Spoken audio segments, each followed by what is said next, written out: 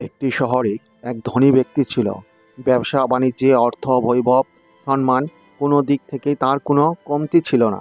সকল প্রকার সুখ সম্পত্তি ছিল তার নিত্য নৈমিত্তিক জীবনের সঙ্গী। কিন্তু হঠাৎ করে এক সময়ে তার এই বিশালবহুল জীবন কোনো এক ঘটনাচক্রে ভেঙে চুরমার হয়ে যায় এবং সমস্ত বিষয় সম্পত্তি, ব্যবসা সব কিছু হারিয়ে যায়।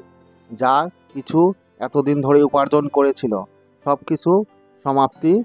এমন সময় সে মনে দিক থেকে একেবারে বিষাদগ্রস্ত হয়ে পড়ে আর মনে মনে ঠিক করে ফেলে, এ জীবন আর রেখে লাভ কি।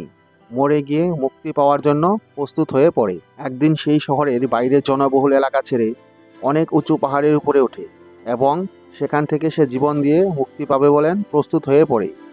আর তার এই ঘটনা কোনো এক মহান ব্যক্তি লক্ষ্য করেন আর তাকে জিজ্ঞাসা করেন, আপনি কেন এই পথ বেছে নিলেন?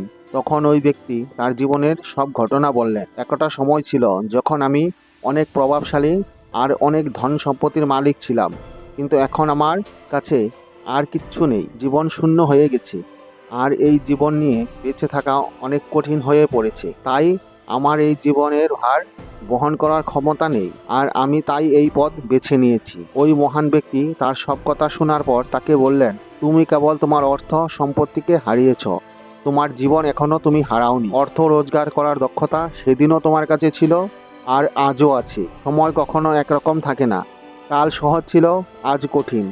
আর বিশ্বাস রাখো নিজের উপর, তুমি চাইলে তোমার জীবনের সকল সমস্যার সমাধান তুমি নিজেই করতে পারবে।